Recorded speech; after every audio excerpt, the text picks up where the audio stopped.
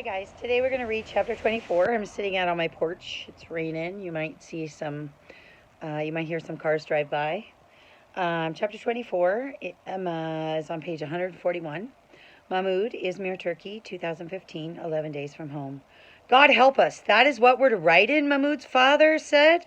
The boat wasn't a boat, it was a raft, a black inflatable rubber dinghy with an outboard motor on the back. It looked like there was a room for a dozen people in it. 30 refugees waited to get on board. They all looked as tired as Mahmoud felt and wore different colored life jackets. They were mostly young men, but there were other families too, women with and without hijabs, other children, some who looked to be about Mahmoud's age. One boy in a Barcelona soccer jersey didn't have a life jacket, but clung instead to a blown-up rubber inner tube. A few of the other refugees had backpacks and plastic bags full of clothes, but most of them, like Mahmoud's family, carried whatever they owned in their pockets. Let's go, one of the smugglers said. 250,000 Syrian pounds, or 1,000 euros per person. Children pay full price, including babies, he told Mahmoud's father. There were two more Turks in the tracksuits, like the ones who had turned them away from the mall, and they stood apart, staring at the refugees like they were something disgusting that had just washed up on the beach. Their scowls made Mahmoud want to disappear again. Dad handed out their life jackets, and they put them on.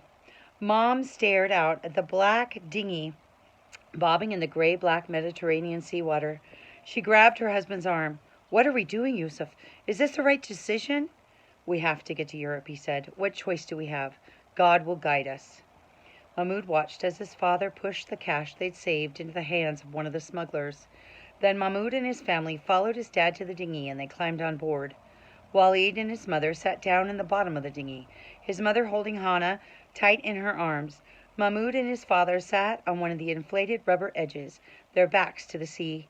Mahmoud was already cold, and the wind off the waves made him shiver. A big, bearded man wearing a plaid shirt and a bulky blue life jacket sat down right next to Mahmoud, almost squeezing Mahmoud right off the edge. Mahmoud slid a little closer to his father, but the big man next to him just settled into the extra space. How long will we be on the boat? Mahmoud asked his dad.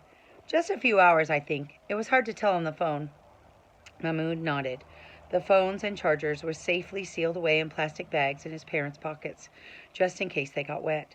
Mahmoud knew because he'd been the one who dug through the trash for the resealable zipper bags.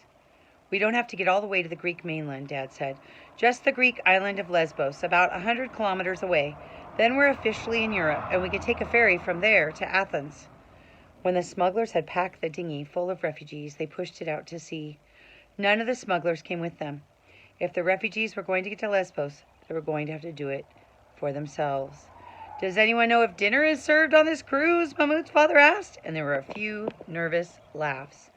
The outboard motor roared to life, and the refugees cheered and cried.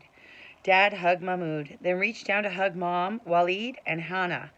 They were finally doing it. They were finally leaving Turkey for Europe. Mahmoud looked around in wonder. None of this seemed real. He had begun to feel like they were never going to leave. Mahmoud had been so tired he could barely keep his eyes open before, but now the thrum of the motor and the top of the boat, as it hit wave after wave, flooded him with adrenaline, and he couldn't have slept if he'd wanted to. The lights of Izmir dwindled to glittering dots behind them, and soon they were out in the dark, rough waters of the Mediterranean.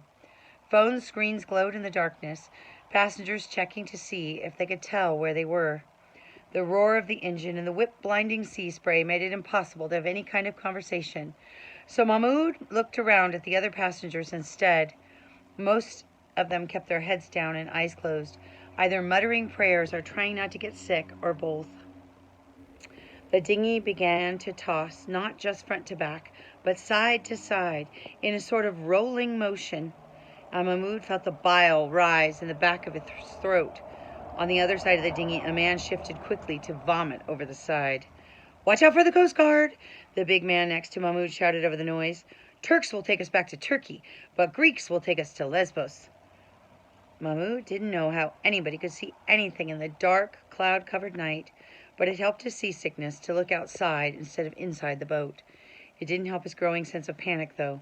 He couldn't see land anymore, just some stormy gray waves that were getting taller and narrower, like they were driving a boat through the spiky tent tops at the Kilis refugee camp. Most people leaned over the side to throw up, and Mahmoud felt his stomach churn. And then the rain began.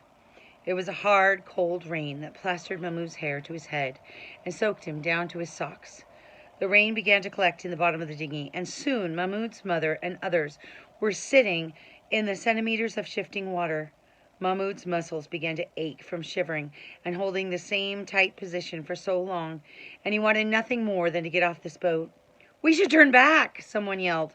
"No, we can't go back. We can't afford to try again," Mahmoud's father yelled, and a chorus of voices agreed with him. They pushed on through the driving rain and roiling seas for what felt like an eternity. It might have been 10 hours or 10 minutes. Mahmoud didn't know. All he knew is that he wanted it to end, and end now. This was worse than Aleppo, worse than bombs falling, and soldiers shooting, and drones buzzing overhead. In Aleppo, at least, he could run, hide.